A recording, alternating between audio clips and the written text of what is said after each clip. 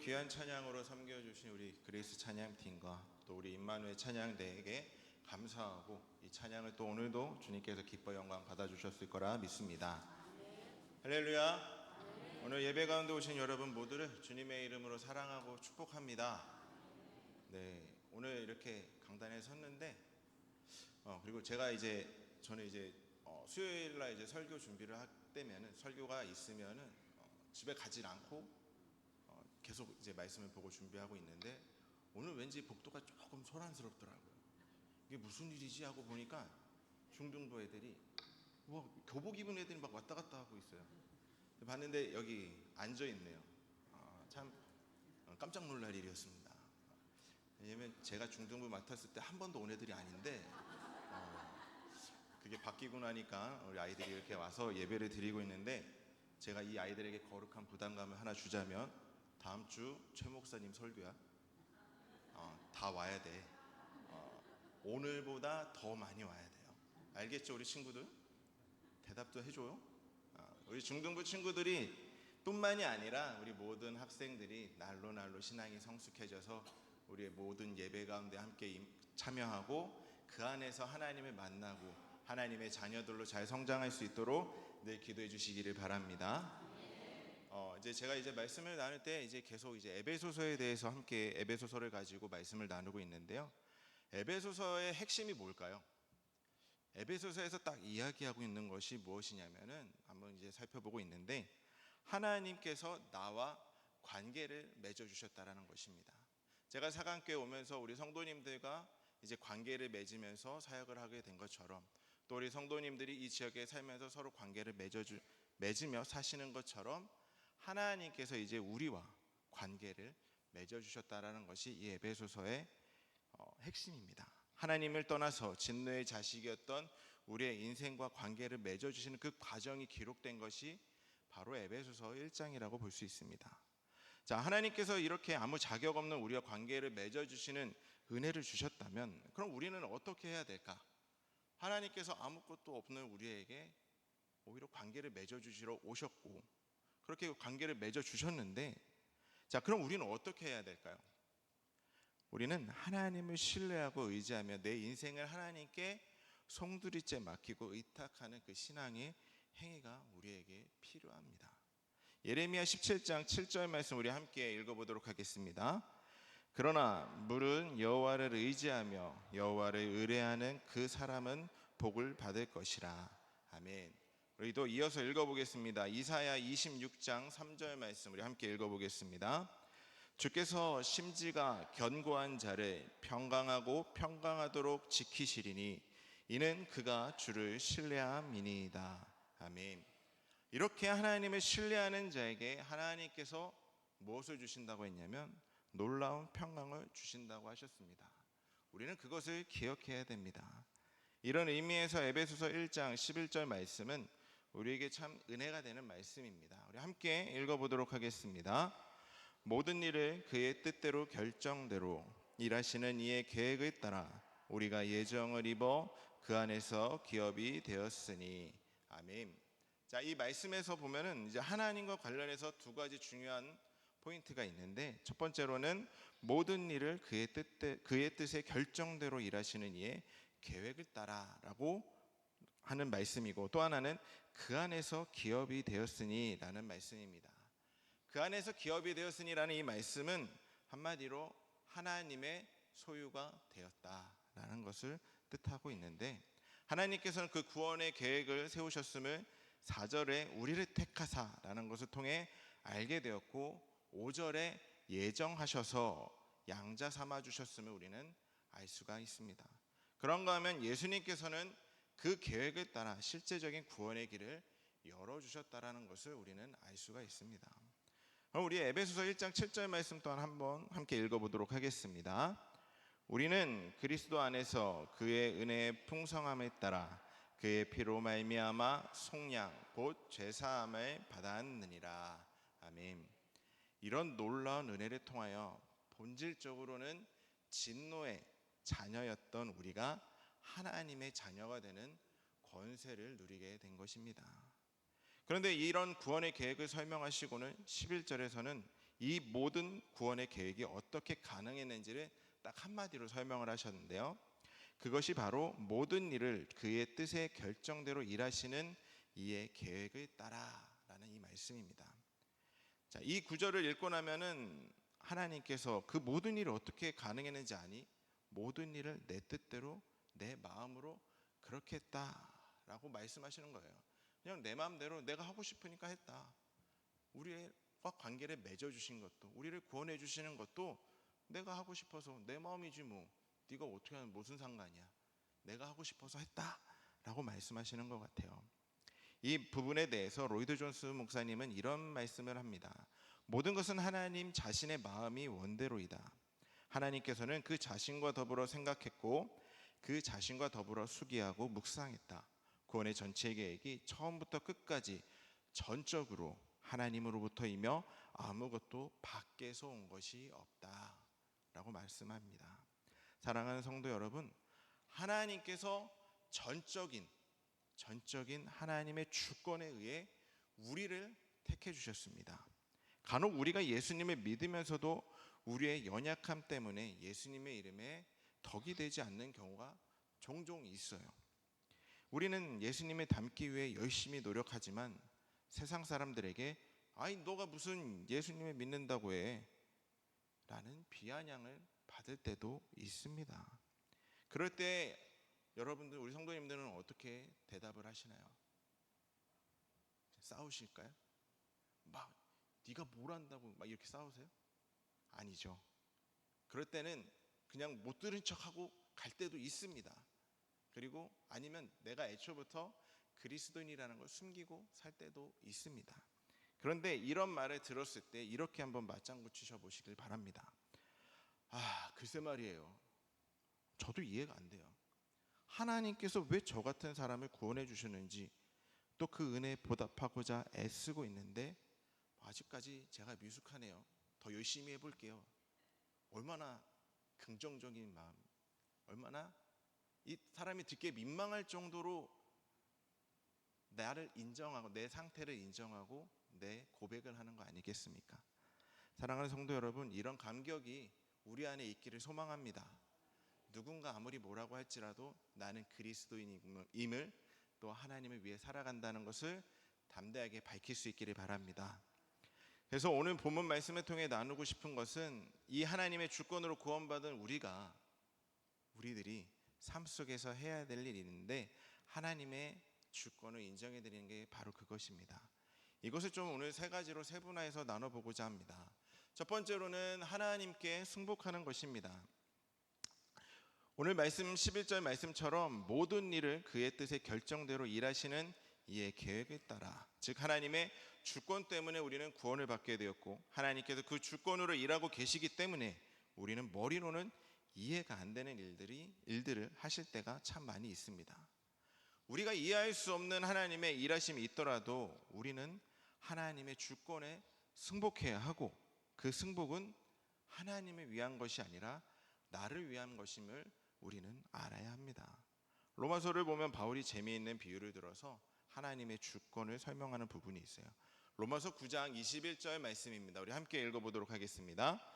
토기장이가 진흙 한 덩어리로 하나는 귀 쓸 그릇을 하나는 천이 쓸 그릇을 만들 권한이 없느냐. 아멘. 토기장이신 하나님께서 하나님의 주권을 가지고 진흙을 빚으시는데 거기에 토를 달 진흙이 있겠냐라는 것이 어디 있겠냐라는 것입니다. 그러면서 바울은 20절에서 이런 부연 설명을 합니다. 우리 로마서 9장 20절 말씀 함께 읽어보도록 하겠습니다. 이 사람아, 내가 누구이기에 감히 하나님께 반문하느냐? 지음을 받은 물건이 지은 자에게 어찌 나를 이같이 만들었느냐 말하겠느냐. 아멘. 이 말씀은요, 하나님의 주권에 절대 승복을 해야 된다는 이야기를 하고 있는 것입니다. 구약에서도 하나님과 우리와의 관계를 토기장이와 진흙의 관계로 설명하는 말씀이 나옵니다. 예레미야 18장 1절부터 4절까지의 말씀을 보면은 하나님께서 예레미야를 토기장이의 집으로 보내셨고 예레미야는 거기에서 토기장이의 손놀림을 보고 있었습니다. 그때 하나님께서는 이렇게 말씀하셨어요. 우리 예레미야 18장 5절 6절 말씀 우리 함께 읽어보도록 하겠습니다. 그때 여호와의 말씀이 내게 임하니라. 이르시되 여호와의 말씀이니라. 이스라엘 족속아, 이 토기장이가 하는 것 같이 내가 능히 너희에게 행하지 못하겠느냐. 이스라엘 족속아, 진흙이 토기장이의 손에 있음 같이 너희가 내 손에 있느니라. 아멘. 하나님의 주권을 강조하고 있는 말씀입니다. 그러면서 하나님께서 그와 관련하여서 이스라엘 백성 앞에 두 갈래의 길이 놓여 있다고 말씀하셨습니다. 한 갈래는 예레미야 18장 8절에 나오는 말씀입니다. 함께 읽겠습니다. 만일 내가 말한 그 민족이 그의 악에서 돌이키면 내가 그에게 내리기로 생각하였던 재앙에 대하여 뜻을 돌이키겠고. 아멘. 만약에 이스라엘 백성이 자기를 빚으시는 토기장이 되시는 그 하나님의 주권을 인정하고 하나님의 뜻을 승복하면 그들을 토기장이의 손에 들린 진흙처럼 멋지게 빚어주시겠다라는 것입니다. 또 한 갈래의 길은 예레미야 18장 10절에 나오는 말씀입니다. 우리 함께 읽어보도록 하겠습니다. 만일 그들이 나 보기에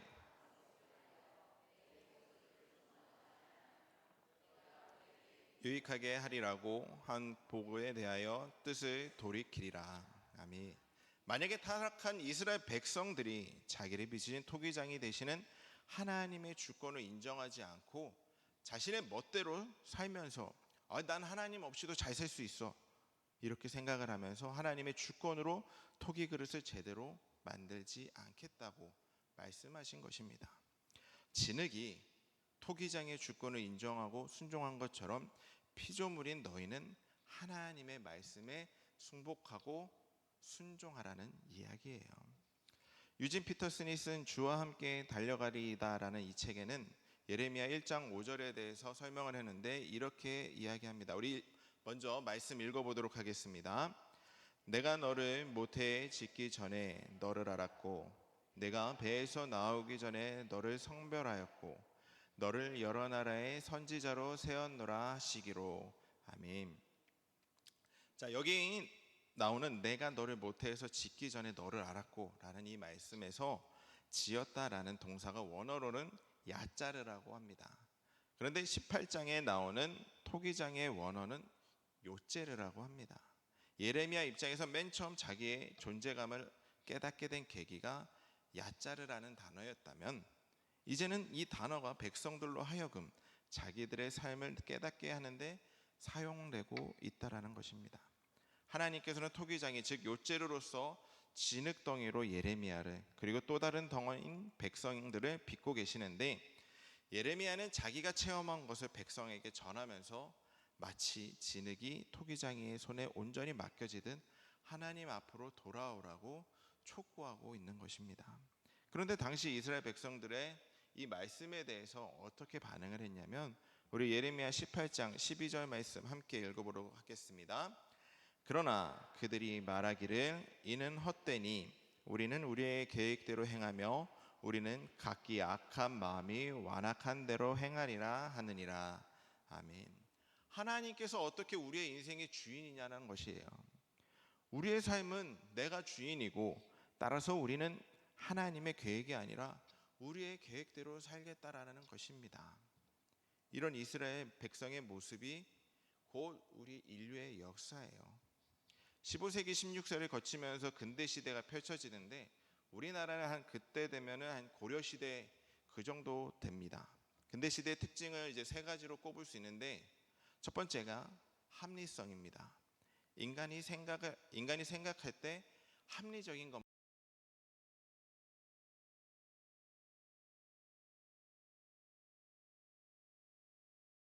자율적인 자아, 즉 하나님으로부터 독립된 자아입니다. 하나님 없이도 인간 스스로의 힘으로 유토피아를 건설할 수 있다라는 이야기예요. 세 번째로는 자기 중심성입니다. 내가 세상의 주인이라는 거예요. 즉 하나님의 자리에 내가 올라서겠다라는 것입니다. 혹시 이 세 가지가 우리에게 해당되는가 한번 고민해 볼 수 있으면 좋겠습니다. 난 상당히 합리적인 사람이야. 혹은 내 좀 자유로우면 어때? 자유롭게 살면 어때?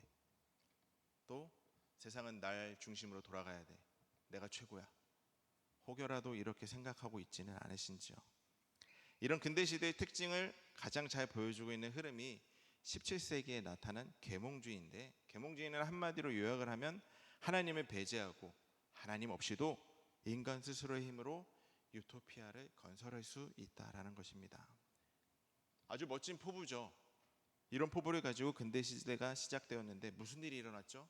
그 시대에 1, 2차 세계대전이 일어나게 되었고, 미국은 세계 강국이라고 하는 미국에서는 대공황이 일어나게 됩니다. 물론 이 근대주의가 인류 역사에 공헌한 것도 많이 있어요. 인간의 능력을 신뢰하고 그 능력을 극대화한 결과 많은 발전은 이루어졌습니다. 그런데 그 인간의 지혜가 어떻게 사용됐냐면 1차 대전에는 폭탄과 가스 그리고 온갖 살상 무기들이 인간을 살해하는 데 쓰이게 되었고, 2차 대전 때는 사악한 지도자의 그 악한 지혜로 인류가 또 학살당하는 것을 목격하는 아픔을 겪게 되었습니다. 그리고 핵무기가 어떤 파괴력을 가지고 있는지도 온 인류가 목격을 하게 되었어요. 그러다 보니까 어떻게 됐냐면 혼란이 생기게 되었고, 하나님 없이 인간의 능력만으로도 유토피아를 건설할 수 있다는 그 확신으로 시작한 근대주의가 의심이 쌓이게 되고 의심으로 바뀌게 되었고, 질서가 혼돈의 시대로 바뀌는 그 혼란을 경험하게 되며 인류가 가야 되는 그 방향성을 잃어버리게 되었습니다. 그런데 생각해 보면은 우리는 우리의 계획대로 행하며 우리는 각기 악한 마음이 완악한 대로 행하리라라고 하며 하나님의 품을 떠났다가 이런 혼란을 겪게 되면 어떻게 하는 게 상식일까요? 하나님의 품을 떠나서 혼란을 겪게 됐어요. 어려움을 겪게 됐어요. 그럼 어떻게 하는 게 상식이죠? 돌아오는 게 상식이죠. 그게 정상입니다. 하나님을 떠나서 힘든 일을 겪었다면 돌아오면 되잖아요. 그런데 죄성을 가진 인간 세계의 현실은 정반대로 흘러가고 있고, 하나님의 품으로 돌아오기는커녕 더 극심한 혼란의 세계로 빠져들고 있음을 우리는 보고 있습니다. 오늘날 벌어지는 일들을 보면요, 인간의 죄성은 어떤 거냐면 절대로 자기의 잘못은 시인하지 않고 늘 남에게 책임을 돌리는 것이 오늘날의 우리의 모습이 아닐까 생각을 하게 됩니다. 해결책을 하나님에게로 돌아가는 데서 찾는 것이 아니라 남 탓을 하며 남에게 탓을 돌리며 더 혼미하고 퇴락한 세상으로 빠져들고 있는 것이 우리의 모습이 아닌가 생각합니다. 사랑하는 성도 여러분, 하나님께 승복해야 우리의 인생이 회복됨을 기억하시기 바랍니다. 아버지 집에 돌아가야만, 문 밖에서 기다리시는 아버지가 나를 맞아주실 때에만 진정한 회복이 있습니다. 우리 가운데 하나님 없이 살려고 애쓰다가 실패를 경험하고 인생이 공허하고 허무함이 있다면 하나님께서 부르시는 메시지로 알고 하나님께로 돌아갈 수 있는 저와 여러분들이 될 수 있기를 바랍니다. 자, 두 번째로는 하나님을 신뢰하는 것입니다. 탕자의 이야기 잘 알고 계시죠? 그 탕자의 비유를 보면은 첫째 아들의 문제가 바로 이 부분에서 나타납니다. 그는 동생인 둘째 아들처럼 아버지께 반항하며 집을 떠난 적이 없었어요. 모범생이죠. 가출을 하지 않았습니다. 심지어 아버지께 돈을 달라고 하지도 않았어요. 이것이 그가 가지고 있던 긍지이며 자부심이었습니다. 그런데 문제가 하나 있었습니다. 그것은 무엇이었냐면 우리 누가복음 15장 29절 30절 말씀 우리 함께 읽어보도록 하겠습니다. 아버지께 대답하여 이르되 내가 여러 해 아버지를 섬겨 명을 어김이 없거늘 내게는 염소 새끼라도 주어 나와 내 벗으로 즐기게 하신 일이 없더니 아버지의 살림을 장녀들과 함께 삼켜버린 이 아들이 돌아오매 이를 위하여 살진 송아지를 잡으셨나이다. 아멘. 큰아들의 몸은 아버지 곁을 떠난 적이 없어서 자신은 늘 아버지께 충성을 다하고 있다고 생각을 했지만 정작 그 둘째 아들을 받아들인 아버지에게 승복할 수 없었던 것을 볼 수가 있어요. 아버지께서 하신 일을 신뢰하지 않았던 것입니다. 이것이 첫째 아들이 가진 치명적인 문제점이었습니다. 우리 이사야 55장 8절 9절 말씀 함께 읽어보겠습니다. 이는 내 생각이 너희의 생각과 다르며 내 길은 너희의 길과 다름이니라. 여호와의 말씀이니라. 이는 하늘이 땅보다 높음 같이 내 길은 너희의 길보다 높으며 내 생각은 너희의 생각보다 높음이니라. 아멘. 우리가 이 말씀을 읽기는 하지만 실제로 이 말씀에 승복하며 하나님을 향한 신뢰로 나아가지 못하는 경우가 얼마나 많이 있어요. 오히려 원망하고 있지는 않으신지요? 우리의 입술에서 나는 신앙생활을 하면서 한 번도 하나님을 원망해 본 적이 없어 라는 이 고백을 우리가 해야 되는데 혹여라도 그렇게 하지는 못하고 있지는 않으신지요? 그래서 이 고백이 결코 쉬운 일이 아님을 우리는 알고 있습니다. 그럼에도 우리가 이 고백이 행복한 인생의 비결임을 깨닫고 우리들뿐만이 아니라 우리의 자녀들에게도 이 깨달음을 이어줄 수 있기를 바랍니다. 그것이 신앙의 선배인 우리가 자녀들에게 물려줘야 될 귀한 유산입니다. 토기장이 되신 하나님을 불신하고 저항하며 하나님 없이 유토피아를 건설하겠다는 인생들이 수면제가 없으면 잠을 잘 수 없고 날마다 불안하고 안달복달하는 이유가 어디에서 나오는 걸까요? 온 우주의 창조주이신 하나님 앞에 우리의 인생을 맡겨드리는 그 결단이 우리 모두에게 있기를 간절히 소망합니다. 하나님께 모든 것을 맡길 수 없었기에 우리는 불안에 떨고 있는 것입니다. 그리고 이 찬양의 가사의 고백이 우리의 고백이 되길 간절히 소망합니다. 우리 한번 함께 이 찬양 가사 한번 읽어보도록 할까요? 하나님 한 번도 나를 실망시킨 적 없으시고 언제나 공평과 은혜로 나를 지키셨네. 아멘. 사람의 관점에서 보면, 우리의 관점에서 보면요, 여기에 나오는 이 가사처럼 하나님 한 번도 나를 실망시킨 적이 없다라는 것은 말이 잘 안 되죠. 하나님의 일을 하다 보면 속상하고 또 하나님의 일을 열심히 하는데 왜 나한테만 이런 일이 생기냐고 울부짖으며 원망할 때도 있습니다. 하지만 하나님의 하나님 되심을 인정하고 승복하며 그 주권을 인정하고 신뢰할 때 우리는 이렇게 고백할 수 있게 됩니다. 제가 한번 읽어드릴 텐데 이 고백이 우리 모두의 고백이 될 수 있기를 간절히 소망합니다. 내가 상처받고 내가 마음이 상하고 내가 시험에 든 것은 어린아이와 같이 내 시야가 좁기 때문이지 하나님께서는 나를 실망시킨 적이 없으시다. 하나님의 주권에 승복했을 때 우리의 고백이 될 수 있기를 간절히 소망합니다. 마지막 세 번째로는 하나님을 찬양하는 것입니다. 우리 에베소서 1장 6절과 12절 말씀 우리 함께 읽어보도록 하겠습니다. 이는 그가 사랑하시는 자 안에서 우리에게 거저 주시는 바 그의 은혜의 영광을 찬송하게 하려는 것이라. 이는 우리가 그리스도 안에서 전부터 바라던 그의 영광의 찬송이 되게 하려 하심이라. 아멘. 자, 여기서 굉장히 중요한 포인트를 한 가지 발견할 수 있는데 6절과 12절 말씀에서 찬양의 변화가 혹시 어떻게 변하는지 혹시 느껴지시나요? 저 말씀에서 나오는 찬양이 이제 바뀌게 되는데, 자, 6절에서는 내가 은혜의 영광을 찬송했습니다. 그런데 하나님의 계획 앞에 온전히 승복하고 신뢰한 후에는 12절에서는 은혜의 영광을 찬송하는 정도가 아니라 하나님의 영광의 찬송이 되어버린 거예요. 찬송하는 존재에서 찬송 그 자체가 되어버리는 발전적인 그 차이가 나타난 것입니다. 우리는 하나님의 주권으로 구원을 받은 사실을 기억하고 감격하면서 왜 우리를 자녀 삼아 주셨는지 그 이유를 분명히 기억해야 됩니다. 그 이유가 이사야 43장 21절 말씀과 오늘 읽은 본문 에베소서 1장 11절 12절에서 밝히고 있는데, 우리 함께 먼저 우리 이사야 43장 21절부터 함께 읽어보도록 하겠습니다. 이 백성은 내가 나를 위하여 지었나니 나를 찬송하게 하려 함이니라. 아멘. 다음 또 읽어보도록 하겠습니다. 모든 일을 그의 뜻의 결정대로 일하시는 이의 계획에 따라 우리가 예정을 입어 그 안에서 기업이 되었으니 이는 우리가 그리스도 안에서 전부터 바라던 그의 영광의 찬송이 되게 하려 하심이라. 아멘. 왜 하나님을 찬양해야 되는지 오늘 말씀에서 잘 나와 있습니다. 우리가 하나님을 찬양해야 되는 이유를 잊지 않을 수 있기를 바랍니다. 그래서 우리의 입술에서, 우리의 삶에서 늘 주님을 찬양하며 예배할 수 있는 저와 여러분들이 될 수 있길 바랍니다. 사랑하는 성도 여러분, 만약에 우리에게 갑자기 어마어마한 물질이 생겼어요. 갑자기 로또에 당첨 1등이 됐어요.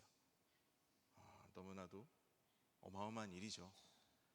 그렇게 당첨이 됐어요. 갑자기 물질이 풍성해졌어요. 그러면 고민이 생길까요? 안 생길까요? 돈이 갑자기 많아졌어요. 막 일확천금이 한 번에 내 품으로 막 들어왔어요. 품에 안을 수도 없을 만큼. 물론 통장으로 들어오겠지만 돈이 많이 들어왔어요. 그러면은 그 돈을 보는 순간 고민이 생길까요? 안 생길까요? 어떤 고민이 생길까요? 뭐 사야 될지, 내가 필요한 게 뭐지? 집을 먼저 바꿔야 되나? 혹은 다른 걸 먼저 바꿔야 되나? 아니면 좀 옷 좀 사야 되나? 여러 가지 고민이 있겠지만 고민을 하면서 어떻게 쓸 것인지 고민이 생길 거예요. 나를 위해서 쓸 것인지, 우리 집을 위해서 쓸 것인지, 아니면 하나님이 나한테 이런 어마어마한 축복을 주셨으니까 하나님을 위해 써야 될지, 요건 고민 안 해보셨죠? 많은 고민이 생기는데 그 중에서도 하나님이 나한테 이렇게 많은 것을 주셨으니까 하나님을 위해서 어떻게 써야 될지 고민은 할 것입니다. 그런데 우리가 이렇게 고민하게 되는 것은 우리를 구원해 주신 하나님의 뜻을 정확하게 이해하고 있기 때문에 고민하고 있는 거예요. 하나님을 위해서 어떻게 쓸지. 성전을 재건축을 할까? 그때 건축 헌금을 할까? 혹은 어딘가 우리 부서들의 아이들에게 더 귀한 경험을 위해 이렇게 쓸 수 있을까? 하나님의 뜻을 정확하게 이해하고 있기 때문에 내 삶에도 필요한 부분도 있지만 또 하나님을 위해서 어떻게 쓸지도 고민하게 되는 것입니다. 이런 고민 좀 잘 해봤으면 좋겠죠. 하나님을 위해서 어떻게 더 쓸 것인가? 그렇죠? 저만 고민할 건가 봐요. 하나님을 위해서 어떻게 쓸 것인지를 고민할 수 있기를 바랍니다. 그래서 고린도후서 5장 15절에서는 이렇게 이야기합니다. 우리 함께 읽어보도록 하겠습니다. 그가 모든 사람을 대신하여 죽으심은 살아있는 자들로 하여금 다시는 그들 자신을 위하여 살지 않고 오직 그들을 대신하여 죽었다가 다시 살아나신 이를 위하여 살게 하려 함이라. 아멘. 하나님께서 우리에게 일확천금을 주신 이유, 물질적인 풍요를 주실 때는 거기에 맞는 사명이 있는 거예요. 그런데 우리가 혹시라도 그 사실을 망각하고 나를 위해서만 사용할까 봐 고민하고 걱정하게 되는 것입니다. 그래서 우리는 이런 관점에서 우리 자신을 돌아볼 수 있어야 되고, 모든 것은 하나님을 위하여 어떻게 쓸지 하나님의 관점으로 바라볼 수 있어야 된다는 것입니다. 사랑하는 성도 여러분, 하나님의 주권으로 우리는 구원을 받았습니다. 그렇죠? 내가 어떤 행위를 해서 하나님께 구원을 받은 것이 아니라 하나님의 주권으로 하나님이 원하시고 하나님의 뜻대로 우리는 구원을 받게 되었습니다. 우리는 그 사실에 감사함으로 나아가야 되고, 하나님을 향한 신뢰를 바탕으로 하는 그 승복이 이루어지는 삶을, 또 그리고 날 구원해 주신 하나님께 늘 찬양과 영광의 삶을 살아갈 수 있어야 됩니다. 그리고 이렇게 살아가는 것이 진정한 행복의 길임을 삶 가운데서 늘 경험하고, 하나님의 뜻대로, 하나님의 원대로, 하나님의 부르심대로 늘 하나님께 승복하고 하나님을 신뢰하고 또 늘 하나님을 찬양하며 하나님의 뜻대로 살아갈 수 있는 저와 여러분들이 될 수 있기를 주님의 이름으로 간절히 축원합니다. 기도하겠습니다. 사랑과 은혜가 충만하신